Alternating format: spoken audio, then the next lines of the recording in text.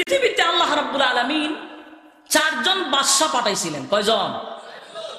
4 জন বাদশার মধ্যে এই 4 জন বাদশা ছিল পৃথিবীর সবচেয়ে বেশি ক্ষমতাশীল। গোটা পৃথিবী যারা রাজত্ব করছে, এখন যত বড় প্রেসিডেন্টই হোক, আমেরিকার যত বড় প্রেসিডেন্টই হোক, কেউ কি গোটা পৃথিবীর বাদশাহী করতে পারে না? যার যার একটা দেশ লইয়া, একটা দেশ নেই, এক দেশ চালাই যে ক্ষমতা। তখনকার যুগে এই 4 জনে গোটা পৃথিবী শাসন করছে, আমরা বাংলাদেশ সহ। এর মধ্যে 2 জন ছিল কাফের আর 2 জন ছিল মুসলমান। কাফেরদের মধ্যে একজনের নাম ছিল নমরুদ্দা। বলুন কি? নমরুদ। নমরুদ কহলে কোন নমৃদ্ধি হয়, অসুবিধা নেই, কোনো হইতো না। আর একজন ছিল বক্তে নাসার। এই 2 জন ছিল কাফের। আর মুসলমানদের মধ্যে একজনের নাম ছিল বাদশাহ জুলকারনাইন, আরেকজন ছিল পয়গম্বর সুলাইমান আলাইহিস সালাতু ওয়াস সালাম। এই হলো 4 জন বাদশাহ। প্রশ্ন আসতে পারে, আল্লাহ 4 জন বাদশার মধ্যে 2 জন কাফের বানাইলো কেন, আর 2 জন মুসলমান বানাইলো কেন? কাফের না বানাইলো, অসুবিধা আছে না? মুসলমানই রাখতো। এটা তাফসীর, কারণ যারা তাফসীর করে এরা ব্যাখ্যা দিছে, যেটার অনেকগুলা কারণ আছে। আর এই কারণ বলতে গেলে আমার সামনে যাওয়া যেত, তবে সংক্ষেপে বলি। কাফের 2 জনকে গোটা পৃথিবীর রাজত্ব দেওয়ার কারণ হলো, কাফেররাও দেশ শাসন করলো, মুসলমানরাও দেশ শাসন করলো। এই 2টারে আপনি জাস্টিফাই করবেন কিভাবে? এই যাচাই করার জন্য আল্লাহ কাফেররাও ক্ষমতা দান করছে। এই জন্য যারা নাফরমানি করে, আল্লাহর শুকরিয়া আদায় করে না, ক্ষমতা পাওয়ার পরেও এদের কাছে দেশ, গোটা পৃথিবী এদের কাছে নিরাপদ। আপনার মনে হয় নিরাপদ নেই? জনগণের নিরাপদ। এরা কিভাবে দেশ চালায় কাফেররা, আর মুমিনরা কিভাবে দেশ চালায়, এটা বুঝার জন্য আল্লাহ 2টারে বানাইছে। কাফেররে ক্ষমতা দিচ্ছে আর 2 জন মুসলমানরে দিছে। এই জন্য রামবামদের হাতে দেশ গেলে কিভাবে চলতেছে আপনারা বুঝার বাকি আসেনি। এটা কখন বুঝবেন? যদি আলেমদের হাতে ক্ষমতা যাইতো তখন বুঝতেন যে তারা কিভাবে দেশ চালায়। খলিফাতুল মুসলিমিন উমরও দেশ চালাইছেন, খলিফাতুল মুসলিমিন হযরত আবু বকরও দেশ চালাইছেন, আলী রাদিয়াল্লাহু তাআলা আনহু দেশ চালাইছেন, উসমান রাদিয়াল্লাহু তাআলা আনহু দেশ চালাইছেন। তাদের যুগটা ছিল সোনালী যুগ। মারামারি নাই, কাটাকাটি নাই, ফিতনা নাই। রাত্রের বেলা একজন নারী হাইটা গেল, নিরাপদে গেছে ঘরে। কথা কই না দি? আর এখন বাপের সামনে মেয়ে দর্শিত হয়। কথা কই না দি? মার সামনে সন্তানকে দর্শিত করা হয়। এই হলো দেশের অবস্থা। এই জন্য আল্লাহ 2 জাতিরে বানাইছে, মুসলমান কাফের। যাই হোক, আমি এদিকে গেলাম। 2 জন মুসলমানের মধ্যে একজন হলো বাদশাহ জুলকারনাইন, আরেকজন হলেন সুলাইমান আলাইহিস সালাতু ওয়াস সালাম। এখানে একটা বিষয় বোঝা দরকার, পৃথিবীতে আল্লাহ যত নবী রাসূল পাঠাইছেন, এমন কোন নবী রাসূল নাই যারা নির্যাতনের শিকার হইছে না। শুধুমাত্র 2 জন নবী রাসূল ছাড়া, 2 জন নবী ছাড়া। জোরে কয়টা? কয়জন ছাড়া?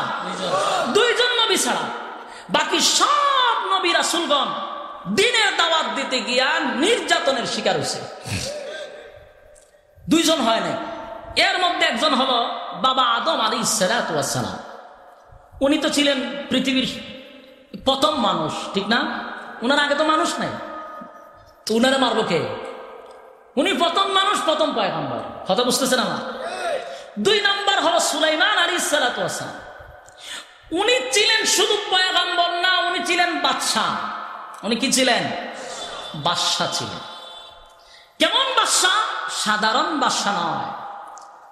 কিতাবে লেখছেন সুলাইমান আলাইহিস সালাতু ওয়াস সালাম আল্লাহ যে বাদশাহী দান করছেন, এর আগেও পৃথিবী সৃষ্টি করার আগে, পৃথিবী সৃষ্টি করার পরে কাউকে এরকম বাদশাহী দেয় নাই। সুলাইমান নবীর পরে কিয়ামতের আগে এরকম বাদশাহী কেউ পাবেও না। সুলাইমান নবীর আগেও কেউ এরকম বাদশা ছিল না, সুলাইমান নবীর পরে কিয়ামত পর্যন্ত এরকম বাদশা কেউ, এত বড় বাদশা আল্লাহ রাব্বুল আলামিন। সেই সুলাইমান আলাইহিস সালাতু ওয়াস সালাম ছিলেন একজন পয়গম্বর, আবার ছিলেন বাদশা। তো যিনি দেশের বাদশা হয়, ওনারে কেউ মারার সাহস করতে পারবো? কথা হয় না। শুধু বাদশা না, আল্লাহ রাব্বুল আলামিন কোরআনে কারীমে বলেন وحشر لسليمان جنوده من الجن والإنس والطير فهم يوزعون এখানে একটা বিষয় বোঝা দরকার সুলাইমান আলাইহিস সালাতু ওয়াস সালাম শুধু বাদশা ছিলেন এরকম না, তার অধীনে জিন্নাত ছিল, তার তাবে হয়ে গেছিল। তার অধীনে বাহিনী ছিল মানুষ, তার বাহিনী ছিল জিন্নাত, এবং তার বাহিনী ছিল পক্ষীকুল, বলতে পাখিরাও ছিল তার বাহিনী। উনি যেমন মানুষের ভাষা বুঝতেন, জিন্নাতের ভাষা বুঝতেন, এমনকি পাখিদের ভাষা বুঝতেন, পিপিলিকার ভাষাও বুঝতেন। তাহলে এত বড় বাদশা, এই বাদশা সুলাইমানকে মারার মতো কারো সাহস আছে? কথা বলেন না। এই বাদশা সুলাইমানকে আল্লাহ 3টা বাহিনী দিয়েছেন, এর মধ্যে মানুষ কুল থেকে একদল, জিন্নাত থেকে একদল, পাখি কুল থেকে একটা, 3 বাহিনী। সুলাইমান আলাইহিস সালাতু ওয়াস সালাম যখন কোথাও রওনা দিতেন, কোথাও যাইতেন, তখন উনি ওনার সিংহাসনের মধ্যে এই 3 বাহিনী থাকতো, এবং ওনার বিবি ছিল প্রায় 300 জন। সুবহানাল্লাহ, আসতে গেলে একটার বেশি 2টা করতে পারবেন নি বাংলাদেশে থাকিয়া, একটার বেশি 2টা বিয়া করেন যায়। আর ওনার বিয়া বউ কটা ছিল? 300 জন বিবি ছিল, 700-র মতো ছিল দাসী, বান্দি ছিল, এবং কিছু আরো অনেক কিছু নিয়ে উনি সিংহাসনে উঠতেন। তাহলে সিংহাসনটা কত বড় এলাকা! সুবহানাল্লাহ আসেনি? 3 বাহিনী থাকতো, 300 বউ থাকতো, 700 বান্দি থাকতো। এই সিংহাসন বাতাসের সাহায্যে বিমান উপরের দিকে উঠে যাইতো। সুবহানাল্লাহ, এটা তেল গ্যাস লাগতো না, বাতাসকে হুকুম করলে বাতাসই বিমান উপরের দিকে উড়াইতো। এটা ল্যান্ড করার জন্য কোনো নির্ধারিত এয়ারপোর্টের দরকার ছিল না, যেখানে খুশি সেখানে ল্যান্ড করতো, চাইলে পানিতে, চাইলে পাহাড়ে, চাইলে যেখানেই খুশি। তো একবার উনি যখন ওনার বাহিনী নিয়ে যখন উনি যাচ্ছিলেন কোথাও, উনি এমন এক জায়গায় গিয়ে দাঁড়াইলেন যেই জায়গাটা ছিল পিঁপড়ার রাজ্য। কিসের রাজ্য? পিঁপড়া। পিঁপড়া চিনছেন? একটু আগে যে কইলাম ওই আইতাছে পিঁপড়ার আলোচনা। পিঁপড়ার রাজ্যের ভিতরে ঢুকে গেছে। তো পিঁপড়ার রাজ্যে যাওয়ার পরে সুলাইমান আলাইহিস সালাতু ওয়াস সালাম যখন উপরেই ছিল, ওনার বিমান নিচের দিকে ল্যান্ড করতেছিল, এই মুহূর্তে পিঁপড়াদের কিন্তু আবার একটা সমাজ আছে। পিঁপড়াদের কি আছে? সমাজ আছে। আমাদের যেমন সমাজ আছে, আমাদের বংশ আছে, গোত্র আছে, ঠিক পিঁপড়ার এরকম একটা গোত্র আছে, সমাজ আছে, এর মধ্যে নেতা আছে। এই পিঁপড়াদের মধ্যে যিনি প্রধানমন্ত্রী ছিল, এই প্রধানমন্ত্রী ছিল একজন মহিলা। বলুন, প্রধানমন্ত্রী কি ছিল? উনি ছিল রানী। রানী হঠাৎ করে তাকায়া দেখলো, এক চোখ দিয়া দেখে সুলাইমানের বিশাল বিমান নিচে ল্যান্ড করতেছে, আর এক চোখ দিয়া রানী দেখতেছে যে সর্বনাশ, তার রাজ্যের যত ধরনের পিপিলিকারা আছে সবাই মাঠে খেলাধুলা করতেছে, কেউ কাজকর্ম করতেছে, তার জনগণ তো দেখা যায় বিভিন্ন জায়গায় বিচ্ছিন্ন ভাবে আসিটায় ছড়ায় আছে। চিন্তা করলো সুলাইমান আলাইহিস সালাতু ওয়াস সালামের বাহিনী যদি নামে, আর আমার এই রাজ্যের যদি জনতাই যদি না থাকে, যে কোনো কারণে অজ্ঞতাসারে যদি তাদেরকে পায়ের নিচে ফালাইয়া পিছায়া ফেলে, আমার জনগণও যদি না থাকে, আমি প্রধানমন্ত্রী খার জন্য কথা হয় না? জনগণ না থাকলে প্রধানমন্ত্রী খার লাগিয়া? রানী চিন্তা করলো, আমার জনগণই যদি না থাকে, আমি কার জন্য প্রধানমন্ত্রিত্ব করবো? তাহলে আমার জাতিকে আমার বাঁচাইতে হবে। সুবহানাল্লাহ। একটা পিপিলিকার কাছ থেকে শিক্ষা গ্রহণ করুন। পিপিলিকা তার জাতিকে বাঁচানোর জন্য একটা ভাষণ দিছেন, চমৎকার ভাষণ। আর এই ভাষণটা আল্লাহর কাছে যেমন পছন্দ হয়েছিল, পয়গম্বর সুলাইমানের কাছে পছন্দ হয়েছিল। এই জন্য আল্লাহ রাব্বুল আলামিন পিপিলিকার এই বক্তব্যটাকে কোরআনের ভিতরে ঢুকাইয়া দিছে। সুবহানাল্লাহ। পিপিলিকার বক্তব্য কোরআনের ভিতরে ঢুকাইয়া দিছে। কিয়ামত পর্যন্ত পিপিলিকার থেকে শিক্ষা গ্রহণ করার জন্য আল্লাহ রাব্বুল আলামিন সূরা নামলের ভিতরে পিপিলিকার নামে সূরা নামকরণ করে তার ঘটনাটা উল্লেখ করে দিয়েছেন, পিপিলিকার ভাষণ। সুবহানাল্লাহ। আল্লাহ রাব্বুল আলামিন এরপরে বলেন, হাত্তা ইজা আতাও আলা ওয়াদিল النمل قالت نملة يا أيها النمل ادخلوا مساكنكم لا يحطمنكم سليمان وجنوده وهم لا يشعرون ফিতরার বক্তব্য সুলাইমানের বাহিনী অজান্তে, খুব খেয়াল করবেন কি আদব পিপিলিকা। এমনিতেই কোরআনের মধ্যে তার বক্তব্য উঠে নাই, আদব দেখেন। হয় অজান্তে পায়ের সাথে ফিসে মেরে ফেলবে, জান্না মারবে না অজান্তে। সুলাইমানের বাহিনী অজান্তেই পায়ের নিচে ফালাইয়া ফিসালে সম্মান দিছে। সুলাইমান আলাইহিস সালামের দোষ দেয় নাই। এই বক্তব্য দেওয়ার পরে সুলাইমান আলাইহিস সালামের কান পর্যন্ত পিপিলিকার আওয়াজ পৌঁছে গেছে। সুবহানাল্লাহ, সুবহানাল্লাহ। এরপর সুলাইমান আলাইহিস সালাম কি করলেন? فتبسم ضاحكا من قولها وقال رب أوزعني أن أشكر نعمتك التي أنعمت علي وعلى والدي وأن أعمل صالحا ترضاه وأدخلني برحمتك في عبادك الصالحين। সুলাইমান আলাইহিস সালাম ফাতাবাসসামা, উনি একটা মুস্কি হাসি মারছে। কেন? পিপিলিকার বক্তব্য শুননা। সুবহানাল্লাহ। আরে যুবক ভাই, সুলাইমান আলাইহিস সালাম পিপিলিকার বক্তব্য শোনার পরে একটা মুস্কি হাসি মারলেন। মুস্কি হাসি কেন মারলাম? পিপিলিকার বক্তব্যটা এত ভালো লাগছে গো। সুলাইমান আলাইহিস সালাম মুস্কি হাসি দিতে গিয়া ওনার শব্দ বাহির হয়ে গেছে। সুবহানাল্লাহ। স্বাভাবিক নবীরা মুস্কি হাসি দেয়, কিন্তু উনি হাসি দিছে আবার একটু আওয়াজ হয়েছে। সুবহানাল্লাহ। মুস্কি হাসি দিলেন, এখানে শেষ না।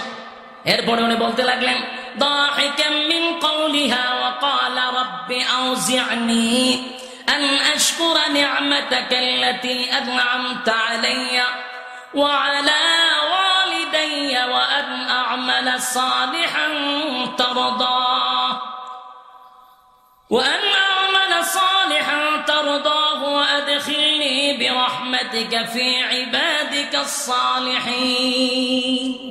চমৎকার!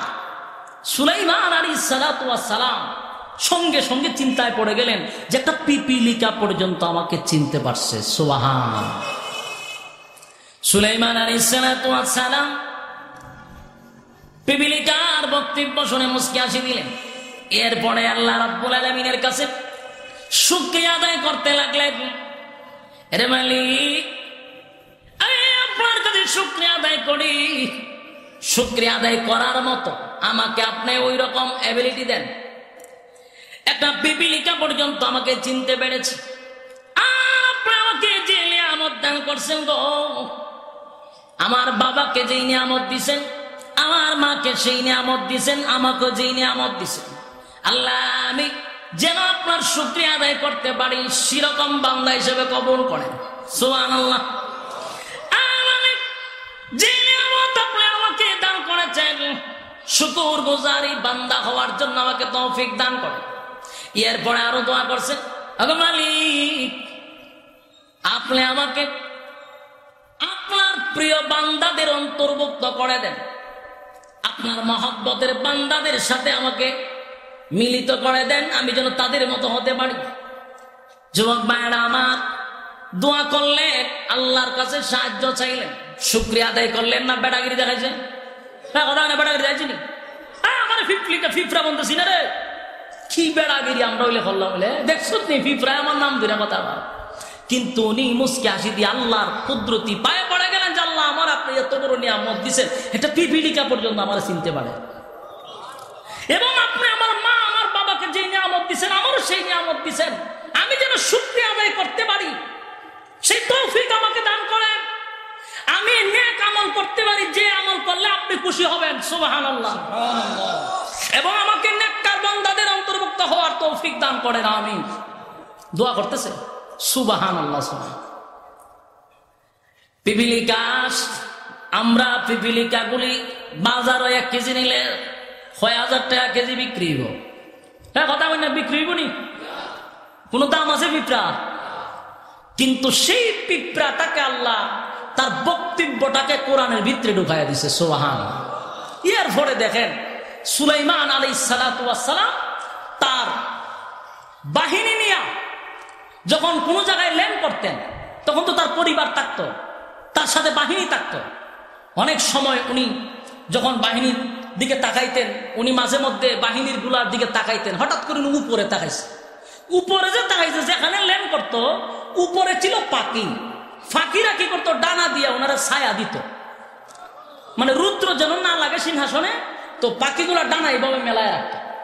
তো হঠাৎ করে ওনার চোখ শরীরের মধ্যে একটু রৌদ্র আসতেছে, উনি পাখিদের দিকে তাকাইছে, তাকাইয়া দেখে যে একটা পাখি নাই, এটা হলো হুদহুদ। এটা কি কথা হয় না? উনি পাখিদের দিকে তাকাইছেন কিন্তু পাখি তো নাই। এরপর আল্লাহ বলে وَتَفَقَّدَ الطَّيْرَ فَقَالَ مَا لِيَ لَا أَرَى الْهُدْهُدَ أَمْ كَانَ مِنَ الْغَائِبِينَ। সুলাইমান আলাইহিস সালাতু ওয়াস সালাম যখন উপরের দিকে তাকাইল, তাকায় দেখে হুদহুদ নাই। এবার হুদহুদ কোথায় গেল? সুলাইমান ডাক দিয়া বলল, আমার কি হয়ে গেল রে? আমি কেন হুদহুদকে দেখি না? আর হুদহুদ কোথায় গেল? হুদহুদকে আমি কেন পাইলাম? সুলাইমান আলাইহিস সালাতু ওয়াস সালাম রাগান্বিত হয়ে গেছে, কারণ হুদহুদকে এখন দরকার। কেন? হুদহুদ ছিল পানি মন্ত্রী। কি মন্ত্রী? সে উপরে তাকাইয়া জমিনের নিচে কি আছে সব বলে দিতে পারত। সুবহানাল্লাহ আসেনি? আমরা যেভাবে মাটির উপর দেখি, সে মাটির উপরে দেখতো, মাটির নিচেও দেখতো। সুবহানাল্লাহ। চিন্তা করছেন বিষয়টা? এরপর আল্লাহ বলেন সুলাইমান আলাইহিস সালাতু ওয়াস সালাম রাগান্বিত হয়ে গেছে, মারাত্মক সে করছে, হুদহুদ কো, যদি হুদহুদ না আসে মেজাজ খুব গরম। এরপরে সুলাইমান আলাইহিস সালাতু ওয়াস সালাম বলেন লাউ আযিবান্নাহু আযাবান শাদীদান আও লা আযবাহান্নাহু আও লা ইয়াতিয়ান্নি বিসুলতানিন মুবিন। যদি হুদহুদ অনুপস্থিত থাকে তাহলে তাকে আমি শাস্তি দিব। কি দিব? শাস্তি দিব, তাকে আমি জবাই করব। আর সে যদি উপযুক্ত কারণ দর্শাইতে পারে তাহলে তাকে আমি ক্ষমা করে দেব। এখানে ভালো করে বোঝার কথা, হুদহুদকে উনি জবাই করবেন, শাস্তি দিবেন, তাহলে ফাঁকিয়ে জবাই করবেন, শাস্তি দিবেন, এটা জায়েজ আসেনি? আপনারা লেগে আসেনি? আপনারা লেগে বলা আছে? আপনারা কিতা? সুলাইমান নবীর জন্য জায়েজ ছিল, কারণ এই পাখি তো ওনার বাহিনীর মধ্যে একজন ছিল। তো বাহিনীর লোক যদি আইন লঙ্ঘন করে শাস্তি দেওয়ার দরকার আছে নি? কথা হয় না? এটা ওনার জন্য বৈধ ছিল, কারণ সেটা বাহিনীর একজন লোক। তো বাহিনীর লোক যদি হঠাৎ করে আপনার দায়িত্ব বাদ দিয়ে কোথাও চলে যায়, শাস্তি আছে না নাই? সুলাইমান নবী যে কথাটা বলছেন ওনার জন্য জায়েজ ছিল। আবার উনি একজন বাদশাহ, আবার এই বাদশার বাহিনীর মধ্যে হুদহুদ একজন বাহিনী। সুবহানাল্লাহ।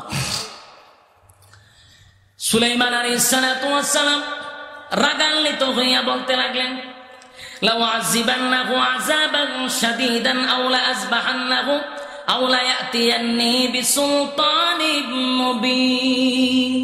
সে যদি আজকে উপযুক্ত কারণ না দর্শাইতে পারে তাহলে শাস্তি দিব, জবাই করে ফেলব। এই তাফসীরের মধ্যে আরো আছে, নূরুল কোরআনে আছে যে তখন সুলাইমান নবী একটা শকুনকে অর্ডার দিয়েছিল যে যাও হেরে তুকাইয়া বের করো, যেখানে আছে তো লইবা। শকুন এর তালাশ করতে করতে করতে সাবা নগরীর একটা প্রান্তরে গিয়া দেহে হুদহুদ ঘোরাফেরা করতেছে। আসার পথে শকুনে দেখছে, শকুনে তারে মারার জন্য যেভাবে আক্রমণ করতেছিল, তখন সে বলতেছে আমার শরীরে টাচ করবা না, আল্লাহর দোহাই দিয়া বলে আমার টাচ করবা না। তখন সুলাইমান নবীর কাছে নিয়ে আসছে, বলুন কেমন সে? অন্য বাগিরা ডাক দিয়া বলে আরে হুদহুদ সাবধান, সুলাইমান নবী যেই পরিমাণ রাগান্বিত, সাবধান, কাছে যাবি না, আজকে তোরে মাইরা ফেলাই দিব। সুলাইমান আলাইহিস সালাতু ওয়াস সালাম এত রাগান্বিত, কাছে যাবি না, যদি তোরে হাতের কাছে পায় একেবারে সাইজ করে ফেলাই দিব, সাবধান। হুদহুদ চিন্তায় পড়ে গেল, ঘটনা কি বুঝতে পারলাম না। বলে তুমি যে গেলা কারে বইলা গেছো? আজকে তোমার জবাই করবো। জবাই ডাইরেক্ট মৃত্যুদণ্ড। হুদহুদ ডাক দিয়া বলেন আমি তোমার তোমাদের কাছে জানতে চাই, সুলাইমান আলাইহিস সালাতু ওয়াস সালাম কি এর মাঝখানে কোনো কথা বলেছে? বলে হ্যাঁ, সুলাইমান নবী বলেছেন, যদি তুমি উপযুক্ত কালাম দশাইতে পারো তাহলে হয়তো বা পার পেয়ে যাবে। এবার হুদহুদ শুকরিয়া আদায় করলেন যে আলহামদুলিল্লাহ আমি পেয়ে গেছি, আর কোনো অসুবিধা নাই, সুবহানাল্লাহ, আর সমস্যা নাই। এরপরে আস্তে করে কাছে গেছে, বেশি কাছেও না বেশি দূরেও না। খুব ইয়াদ রাখবেন, যখন ছোটবেলায় আমরা মাদ্রাসা পড়ছি, যদি কোনো বিচার গেছে হুজুরে ডাকতে জেরো লইয়া ধরে লইয়া, তো দুই একজনে দূরে যদি আনতো, একবারে কাছে গেছি না হলে পেটটা তো কাছে টাস মেরে দিব, ঠিক নেই? একবারে কাছে গেছি না কারণ ডাইরেক্ট গেলে ফাটফট করে মেরে দিব। আবার একবারে বেশি দূরে গেছি না, বেশি দূরে গেলে সেটা যাবে উঠে হারিয়ে যাইতে একেবারে কথা হয় না। হারিয়া যদি জায়গা ফিটা কম দিব না বেশি দিব, অবস্থা খারাপ করলে। এই জন্য বেশি দূরও যেতাম না, আবার একটা বেশি কাছেও যেতাম না, এইভাবে গিয়ে বসতাম। ঠিক হুদ হুদ একই সিস্টেমে, বেশি দূরও গেছে না বেশি কাছেও না, কারণ বেশি দূর কাছে গেলে আবার তারপরে দূরে গার মটকাই নেব সুলাইমান নবী, আবার বেশি দূরে গেলে আবার উঠতে যাবো। এই জন্য খুব দ্বারে কাছে গিয়া সেরা হুদ হুদ এরপরে বক্তব্য দিতেছেন, সেটা আল্লাহ কোরআনে কারীমের মধ্যে বলেন, فمكث غير بعيد فقال أحطت بما لم تحط به وجئتك من سبأ بنبأ يقين। সুলাইমান আলাইহিস সালাতু ওয়াস সালামের কাছেও যায় নাই, আবার দূরেও বসে নাই। একটা কাছে গিয়া বলেন, নবী গো রাগান্বিত হবেন না, আপনি সেই দিনের কথাটা স্মরণ করেন, আমার উপরে এইভাবে রাগান্বিত হবেন, আল্লাহর কে ভয় করেন। সুলাইমান নবী একটু হয়ে গেছেন যে সর্বনাশ, পরকালের কথা কইছে, খুব চালু।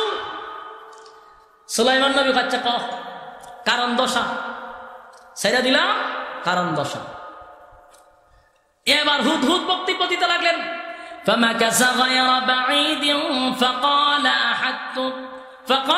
أحطت بما لم تحط به وجئتك من سبأ بنبأ يقين। আল্লাহ সুলাইমান, আল্লাহর পয়গম্বর, আমি আপনাকে একটা ঘটনা বর্ণনা করব, এমন একটা অজানা খবর আপনার কাছে জানাবো।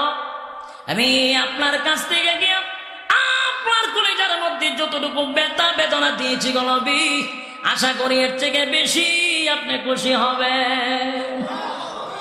আমি আপনাকে অজানা কিছু খবর নিয়ে আসছি, যেটা আপনি নবী হওয়া সত্ত্বেও জানেন না। কথা বুঝতে পারছেন? নবী হওয়া সত্ত্বেও আমার কথা কয় না রে না, কথা কই না করে নবীরা তো গায়েব জানে, এটা তো আপনারা আমল করে বই দিয়েছেন। কথা কই না, কোরআনের আয়াতে কি বলতেছে? আপনি যা জানেন না, আমি কিছু অজানা খবর নিয়ে আসছি যেটা আপনার ধারণার বাহিরে। তাহলে নবীরা গায়েব জানতো আগের থেকেই। কথা কই না, এই আমল করে বসে রয়েছে। সম্মানিত শুধু দিলের কান লাগায় শোনে। হুদহুদ ডাক দেয়া বলেন, আপনার অজানা, আপনি যা জানেন না, আমি এই কিছু খবর নিয়েছি আপনার কাছে। আগে নবীজি, আপনি বাদশাহ হওয়া সত্ত্বেও আপনি জানেন না। فمكث غير بعيد فقال أحطت بما لم تحط به وجئتك من سبأ بنبأ يقين। আমি আপনার অনুপস্থিতিতে আমি গিয়েছিলাম সাবা নগরীতে। সাবা নগরীতে গিয়েছিলাম আমার এক বন্ধু হুদহুদের সাথে। চিন্তা করলাম, আপনি যেহেতু নিচে ল্যান্ড করছেন, খানা খাইবেন, নামাজ পড়বেন, একটু সময় যাবে, এই সুযোগে আমি দেশে একটু ঘুরি। সেখানে গিয়ে আমার বন্ধুর সঙ্গে সাক্ষাৎ হয়ে গেল। আমার বন্ধু আমাকে সাবা নগরীতে নিয়ে যায়। সেখানকার দেশটা আমি একটু পরিদর্শন করলাম। এত সুন্দর দেশ, ওই দেশের মধ্যে আল্লাহ রাব্বুল আলামিন এত নিয়ামত দান করছে, এমন কোন জিনিস নাই গো ওই দেশের মধ্যে আল্লাহ দেয় নাই। সব জিনিস আছে, ওইটা মাঠ ভরা ফসল আছে, তারপরে দেখা গেল বাগান ভরা ফল আছে। হে, মানুষের কাছে এমন একটা ভাব লয় হুজুর রে, মানুষ হুজুর আমরা তো মনে হচ্ছে সব বানা আমরা জানি কিতা, আমি কেরে আপনার ফিয়েছে আমার প্রধানমন্ত্রীতে বেশি ব্যস্ত বানাইছে, এরা বাপটা এরকম লয়। আল্লাহ আমাদের সবাইকে মাফ করুক, আমি। এই জন্য গুজবে কান দিবেন না, যাচাই বাছাই করবেন, তারপরে পারবেন তো ইনশাআল্লাহ। না হবে শুরু করে দিবাই, আমি হবিগঞ্জের, খারাপ হইলে তো আপনারা নাকি তা সমালোচনা আমরা না করি। আল্লাহ আমাদেরকে তৌফিক দান করুক, আমিন। সম্মানিত, শুধু আমরা দুরূদ শরীফ পড়ি, মোনাজাত করে যাবো না।